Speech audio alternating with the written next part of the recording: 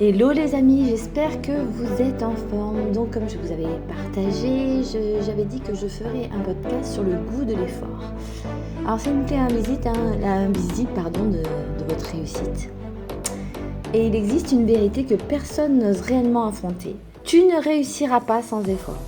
Pas en amour, pas dans ton business, pas dans ta vie. Et pourquoi sans effort il n'y a pas d'épanouissement durable, ni en amour, ni dans le business, et ni même dans la vie? Et comment vous pouvez transformer la discipline dans un art de vivre, de bien-être, au lieu de subir comme une contrainte? Et comment apprendre à aimer le processus plutôt que le résultat? Et à vibrer la constance avec plaisir et puissance. Ces derniers 6 mois, ça a été vraiment un laboratoire de vie. Des défis, des remises en question, des secousses émotionnelles et personnelles, des changements d'imprévus, des élans de courage, des moments de clarté, des moments de flou, bref, un passage, j'ai pas envie de le revivre, qui m'a demandé plus que d'habitude. Et je sais que tous ou toutes, vous l'avez ressenti tout comme moi. Parce que dans la vie, ça bouge à l'intérieur, à l'extérieur, et si ça bouge à l'intérieur, ben ça bouge à l'extérieur. Et vu qu'on est en fin de cycle, on le sait, je vous ai fait une vidéo sur le cycle 9 de l'humanité, et donc tout le monde passe par ces états-là. Et ces derniers mois, tout a été challengeant, oui, mais pas dans le sens je subis, quoique, on a quand même un peu subi, mais il ne faut pas le voir comme ça. Je subis dans le sens plutôt j'évolue, je clôt, je m'expand. C'est une période d'éclosion et de mue. Je vais vous partager les clés pour retrouver le goût de l'effort et devenir persévérant, pour que vous puissiez diriger vers des objectifs qui vous tiennent vraiment à cœur. Voilà, en ce moment, j'essaie de repositionner naturellement ce que je suis, ce que je veux transmettre et la façon dont j'accompagne. J'espère vraiment que vous êtes en forme et en bonne santé et je me suis dit que ce serait le moment idéal d'aborder ce sujet à propos du goût de l'effort et parler du goût de l'effort puisque je sais qu'en général, je dis bien en général, je crois qu'il y a beaucoup de gens qui fonctionnent comme ça. On va avoir une éclosion personnelle, celle où vous allez réaliser que certaines visions que vous ne pouvez plus accompagner. Il y a des éclosions relationnelles, celles où vous comprenez mieux ce que vous voulez vivre, ce que vous voulez tolérer, comment vous voulez aimer et être aimé. Et il y a des éclosions aussi professionnelles, celles où tout s'affine, tout s'aligne, tout s'éclaircit. Et on repart. Vous redevenez plus exigeante, avec votre énergie, avec votre temps, avec votre vision et avec votre mission. Je pense qu'il y en a plein parmi vous qui le savent déjà. J'ai un sacré goût de l'effort. Je suis une quasi-travailleuse acharnée. Je ne parle pas de travail forcément de boulot pour changer sa vie, mais en fait, ce qui fait de moi, j'aime vraiment me mettre à fond dans ce en quoi je m'implique. Et voilà, je suis quand même quelqu'un de relativement fonceuse. Ça peut jouer des tours dans ma vie personnelle, dans ma vie de couple. Mais c'est ça, tous les entrepreneurs aussi me comprendront sur ce sujet. Alors je ne vais Je ne vais pas parler forcément de discipline, mais s'il en faut. Mais je vais dire que je suis quelqu'un qui est relativement investi dans les choses que je veux atteindre ou que je veux vous faire atteindre. J'ai quasiment toujours été comme ça. Assez ambitieuse, bosseuse et presque toujours, et pas toujours d'ailleurs aussi. Mais en tout cas, je suis vraiment bosseuse et moi l'effort c'est vraiment quelque chose qui me tient très très à cœur. J'ai toujours été forgée à être poussée, même branchée sur l'effort. J'ai toujours adoré faire des efforts, aimer les challenges, aimer les défis, les surpasser et ne jamais lâcher. Je me lance souvent dans des choses qui nécessitent beaucoup d'efforts. Et pourtant, l'alignement est primordial. Vous savez que de ceux et celles qui me connaissent et qui me connaissent bien et qui me suivent, c'est quelque chose qui est très très important pour moi. D'agir en accord avec mon corps, d'agir en accord avec mes pensées et d'agir en accord avec mes valeurs. Que dans les choses les plus importantes de ma vie, à l'heure actuelle, depuis des années, cette notion de fluidité et de simplicité et d'humour, de joie de vivre sont extrêmement importantes. Et quand j'explique ce genre de choses, on me fait très régulièrement la remarque que ça ne colle pas du tout avec ce que je prône et pas vraiment avec la notion d'effort. En fait, on entend beaucoup et beaucoup trop longtemps depuis ces dernières années que le fait qu'il faut arrêter de faire des efforts, il faut revenir à l'être. En fait, c'est une notion qui ne veut absolument rien dire, puisqu'on est, par définition, à partir du moment où on existe, on est. Donc en fait, ce qui est sous-entendu, c'est plutôt qu'il faut essayer d'arrêter de se ruer vers des choses à faire tout le temps ou qui ne vous correspondent pas. Et apprendre plutôt à se retourner vers un petit peu plus vers votre vie intérieure et vers ce que vous ressentez. Donc là, je suis complètement d'accord avec ça. En revanche, dire qu'il faut arrêter de faire et revenir à l'être, on est sur une nouvelle petite intention et invention à la con que je débusquerai dans les prochains épisodes, un de ces quatre, dans ce que je vais partager. Je ne sais pas comment je vais encore le tourner, mais ça se tournera. Mais bref, ça c'est autre chose. Et du coup, on entend beaucoup ça. On entend aussi pas mal que les efforts sont synonymes de résistance, que les efforts en fait sont synonymes de je force les choses. Ça veut dire qu'il y a quelque chose qui coince, quelque chose qui bloque. Ça veut dire qu'il y a quelque chose qui n'est pas aligné, il y a quelque chose qui n'est pas fluide.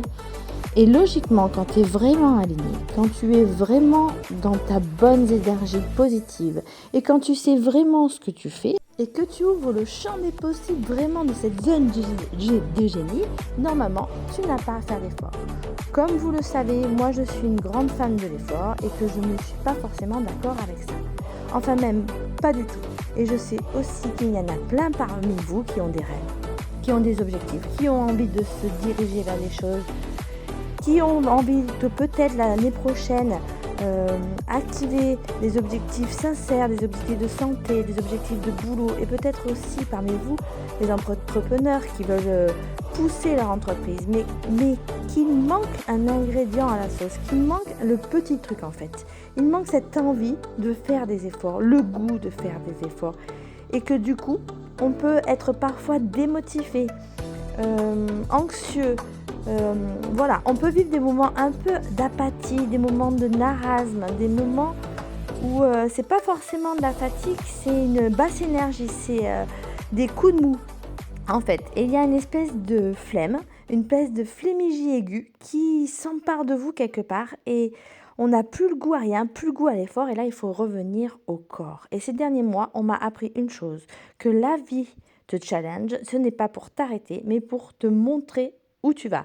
Et pourquoi l'effort fait peur ? L'effort fait peur parce que c'est difficile, mais parce qu'il te met face à toi-même. L'effort, c'est ce moment où plus rien ne te permet d'échapper à ce que tu évitais.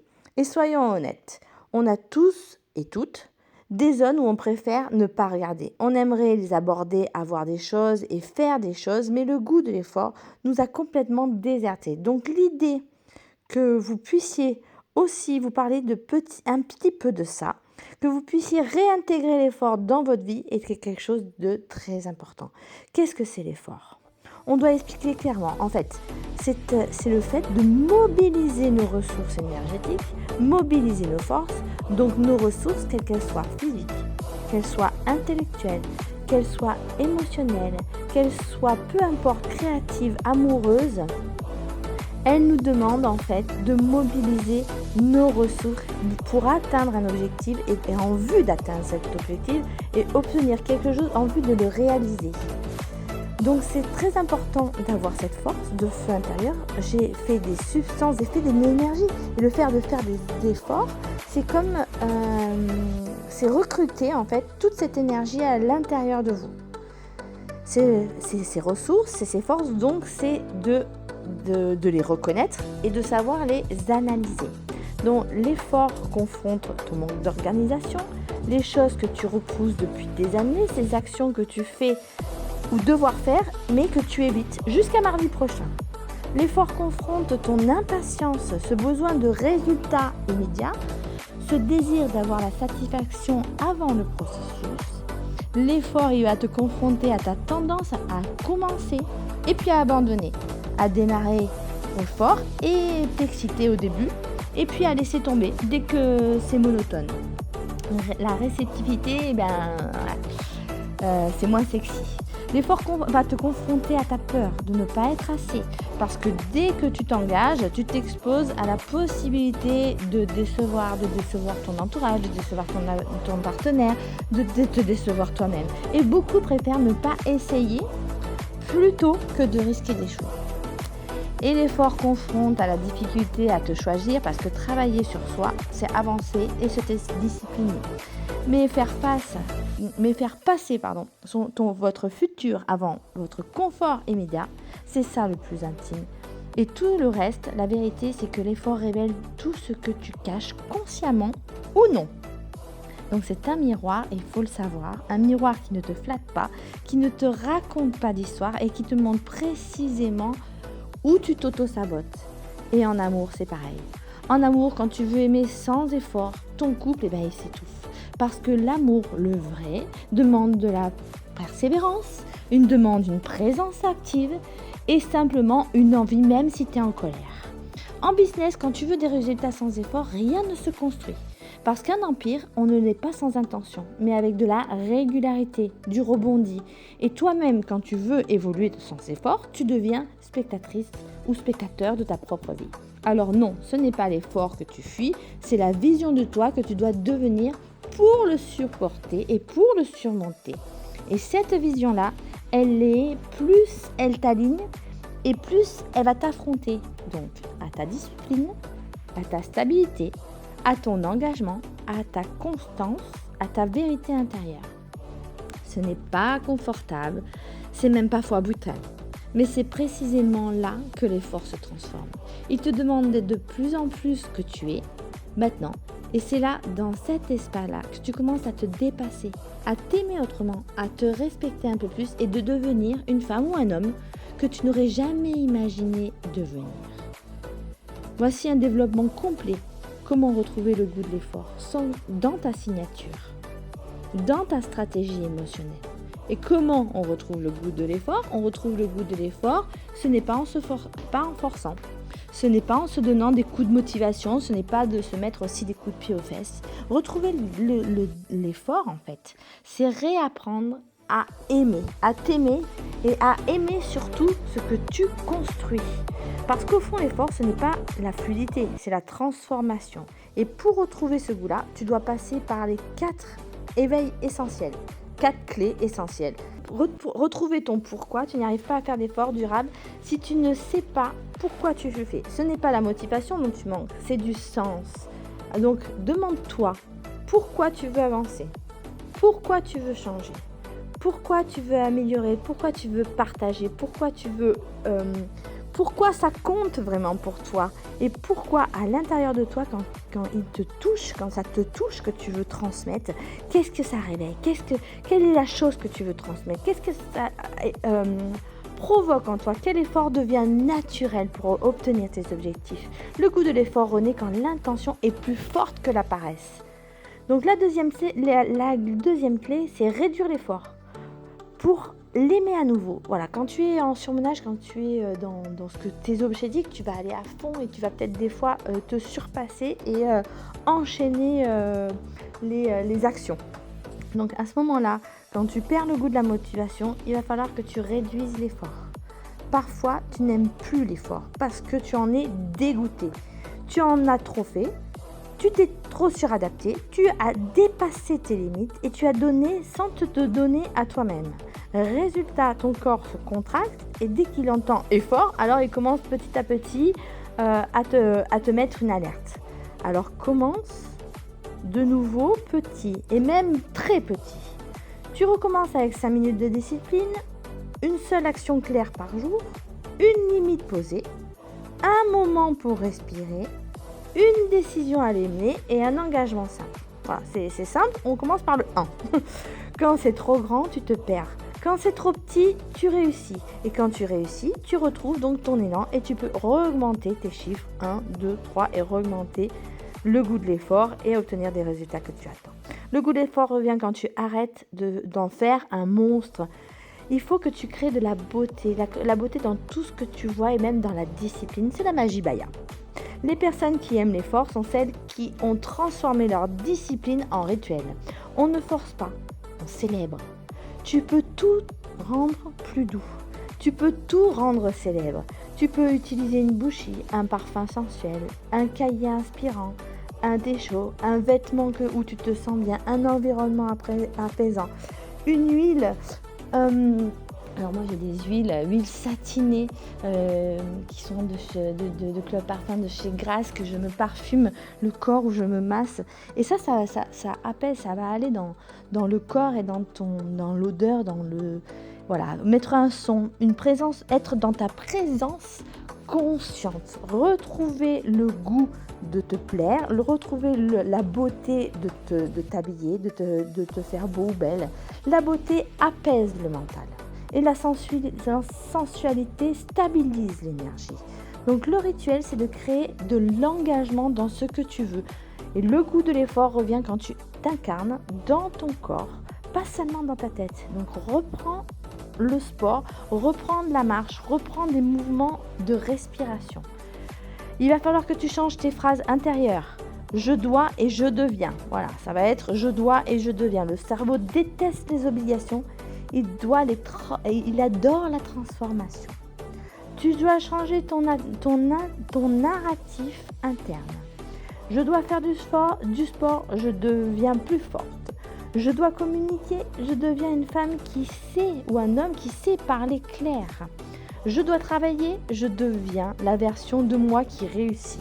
Je dois poser des limites, je deviens la femme qui se respecte.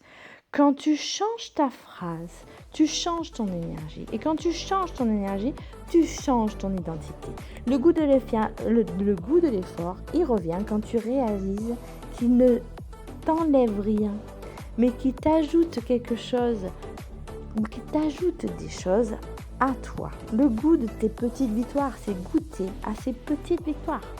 On retrouve le goût de l'effort quand le goût de la satisfaction intérieure, elle t'apporte de la fierté, elle t'apporte de la clarté, de l'ancrage, de la stabilité, de la confiance, la sensation de grandir, la sensation d'être positif. Et à partir de là, où ton système nerveux associe l'effort à une victoire intérieure, c'est fini. Tu n'es plus la même ou tu n'es plus le même. Le goût de l'effort renaît quand tu t'autorises à sentir la fierté d'accomplir. Et la sixième clé, c'est s'entourer de ceux qui t'élèvent, qui t'écoutent. Tu ne peux pas aimer l'effort sans un entourage fort, un entourage qui te glorifie et un entourage qui te facilite ta vie. Le goût de l'effort revient quand tu t'entoures de personnes qui croient en toi, qui avancent, qui construisent, qui te révèlent, qui se révèlent, qui s'alignent et qui se respectent et qui te respectent. Le mental, c'est un écosystème. Il absorbe ce qu'on lui montre. Redevenir la personne qui se tient la main. Le goût de l'effort renaît quand tu deviens ton propre coach intérieur, ton ship leader, ton guide, ton repère. Il est très important aussi de se faire accompagner avec les bonnes personnes qui savent vraiment, qui ont appris les méthodes du subconscient, de la neuroscience, de la PNL, des outils et des clés pour les relations alignées dans un couple. Et quand vous cessez d'abandonner, pour arrêter et cesser d'abandonner au premier obstacle, quand vous refusez de vous trahir et quand vous tenez parole. Quand tu tiens parole, c'est super important. Le goût de l'effort, il revient quand tu te choisis à nouveau. La parole est quelque chose d'important. Beaucoup la perdent, mais il faut tenir parole. En conclusion, retrouver le goût de l'effort, c'est retrouver votre souveraineté. J'adore ce mot. Je retrouve ma souveraineté. Ça fait partie de mon identité, de mon ADN. C'est ce que je crois que je prône depuis que j'ai ouvert toute entreprise que j'ai eue. Le goût de l'effort ne se retrouve pas dans la motivation. Il se retrouve dans ton intention, dans ta douceur, dans ta présence, dans ta vérité, dans ce que tu es. L'effort n'est pas une violence, c'est une renaissance. Une façon d'honorer. Et vu que vous vous honorez, et que vous avez choisi de vous honorer, il est important de prendre ces clés et cette intensité profonde pour que vous puissiez repartir sur un bon chemin avec cette motivation, avec cette puissance. Et si ce podcast vous a plu, et j'espère que oui, Eh ben écoutez, on se retrouve la semaine prochaine pour un prochain épisode. À très vite les amis.